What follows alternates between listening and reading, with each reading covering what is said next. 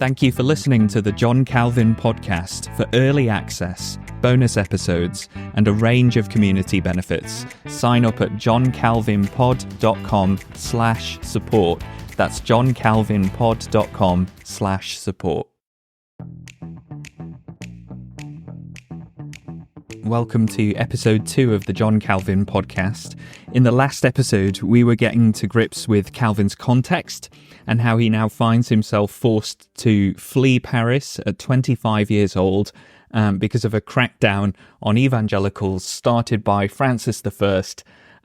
This was in response to a ballsy but perhaps ill-conceived attempt by some evangelicals to post anti-Catholic tracts across the whole of France, including rather audaciously the king's own bedchamber.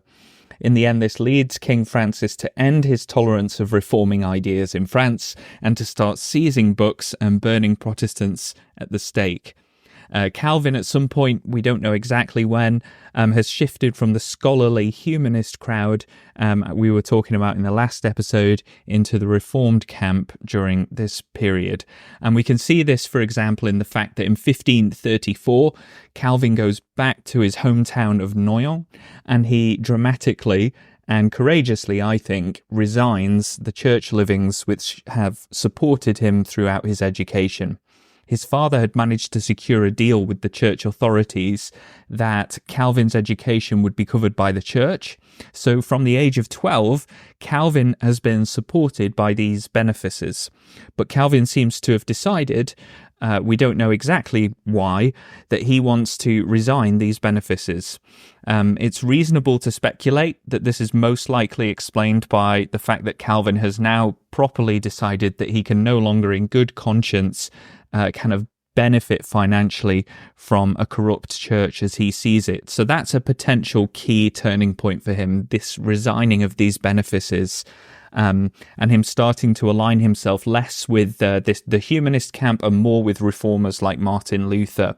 So Calvin has fled France at 25 years old. He's landed in the German-speaking city of Basel, and somehow he now needs to find his feet as a young man.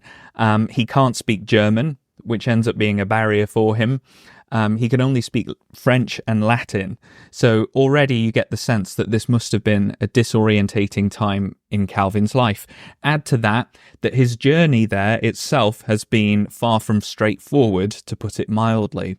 So during the journey, one of the servants steals one of the strongest horses and also steals nearly all of their money. The other servant sounds like a much nicer guy. He feels bad for Calvin and his travel partner, so he lends him 10 crowns, which enables him to complete his journey and to get to Basel. But Calvin would have arrived in Basel exhausted and stressed by all of this. With the coming and going of exiles, Calvin comes to hear about the disturbing persecution of evangelicals by Francis, and it is this horrendous and terrifying persecution that Calvin says leads him to write his greatest work of theology, the Institutes of the Christian Religion, which we will be looking at in future episodes in more detail. But it's a time of great upheaval, and even though Calvin has arrived in a city which has formally embraced the Reformation, it is still very recent, and there's a real tension, and the risk of violence is constantly bubbling away in the background. There are also, quite excitingly, secret agents working for the Catholic Church and the king in the city. So, for example, Calvin comes to hear about the poisoning of the great preacher Pierre Viret in Geneva. So he's reached a safe city of sorts, but things are far from safe or clear for Calvin. This is a brutal time, when to be associated with reforming ideas led many people to a violent and horrible death. So just to give you an example, there's an account of a burning in France by a German Catholic student, the fantastically named Eustoch Nobelsdorf. I love that. Nobelsdorf goes on to describe the horror and fear that Protestants faced in France, and he says this, it's quite moving. He says, "I saw 2 burnt there. Their death inspired in me differing sentiments. If you had been there, you would have hoped for a less severe punishment for these poor unfortunates. The first was a very young man, not yet with a beard, He was the son of a cobbler. He was brought in front of the judges and condemned to have his tongue cut out, ouch, and burned straight afterward. Without changing the expression of his face, the young man presented his tongue to the executioner's knife, sticking it out as far as he could. The executioner pulled it out even further with pincers, cut it off, and hit the sufferer several times on the tongue and threw it in the young man's face. Then he was put into a tip cart, which was driven to the place of execution. But to see him, one would think that he was going to a feast.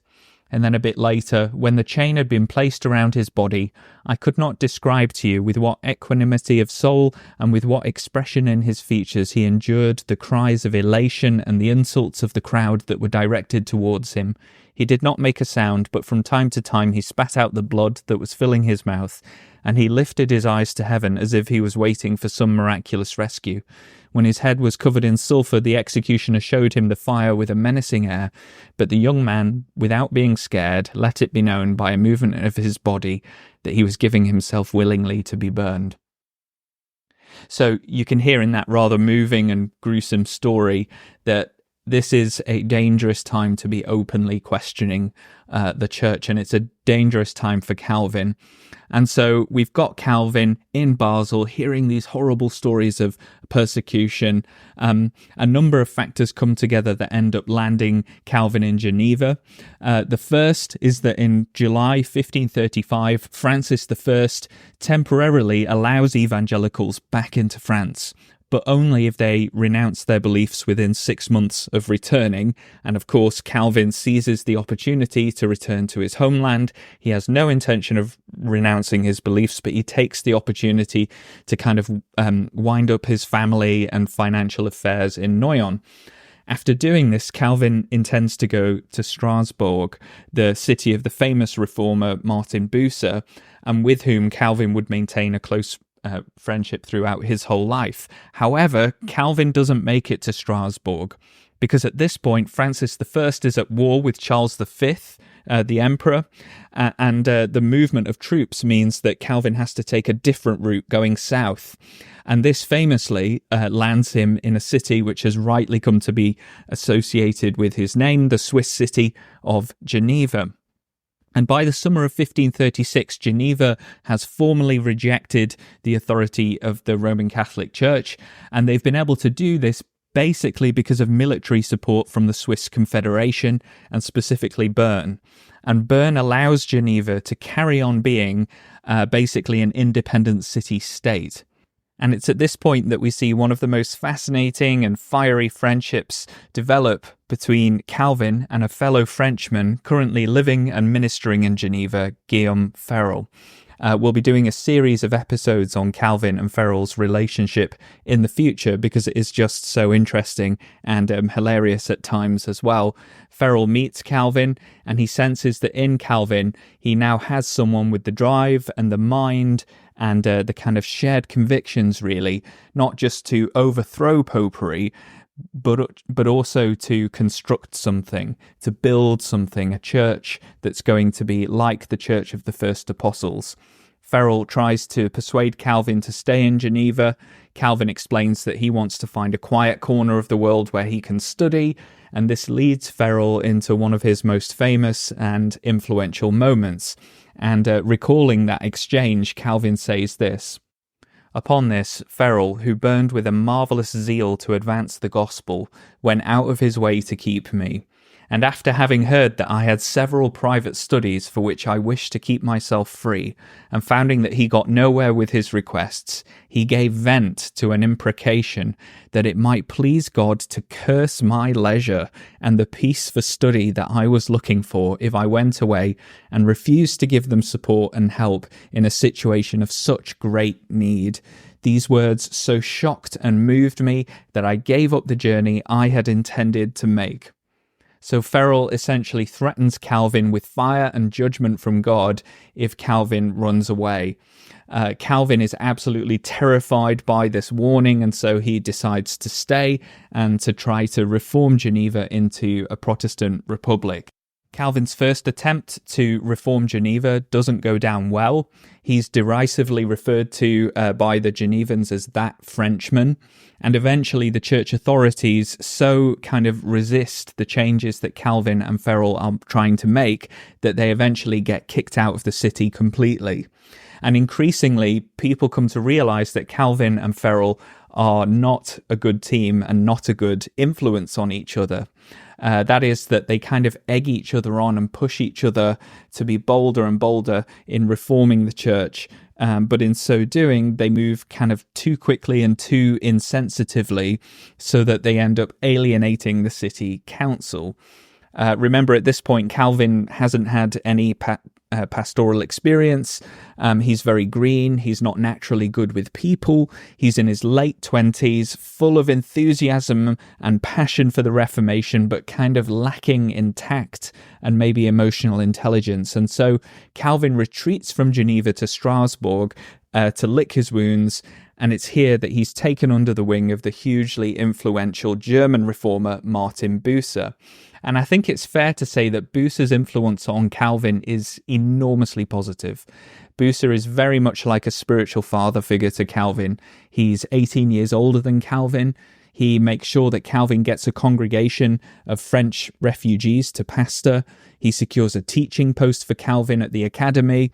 Despite Calvin's kind of prickliness and lack of tact, Bucer clearly sees huge potential in Calvin and massively invests in him as a person. Bucer provides accommodation for Calvin in his own home.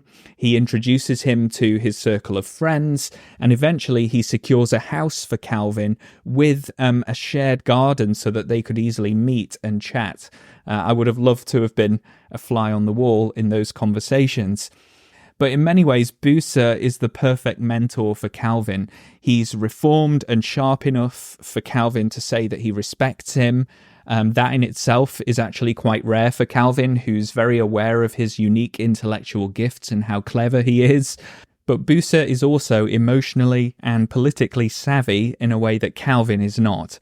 So he's very involved in getting the various factions of the Reformation in the same room to try to hammer out an agreement. So he's very much a politician, kind of like a centrist.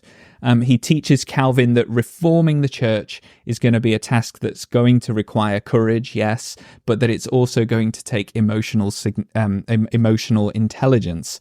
And in many ways, Calvin is wiser, better connected and supported by the time he's invited back to Geneva to be their pastor 3 years later. He's also, very significantly, married. Calvin marries Idelette de Bucer in 1540 after a series of hilarious and failed matchmaking attempts by Calvin's friends. Calvin, it turns out, is not an easy person to match up with a woman. So this is one of the key things of the Reformation, that ministers should be allowed to marry.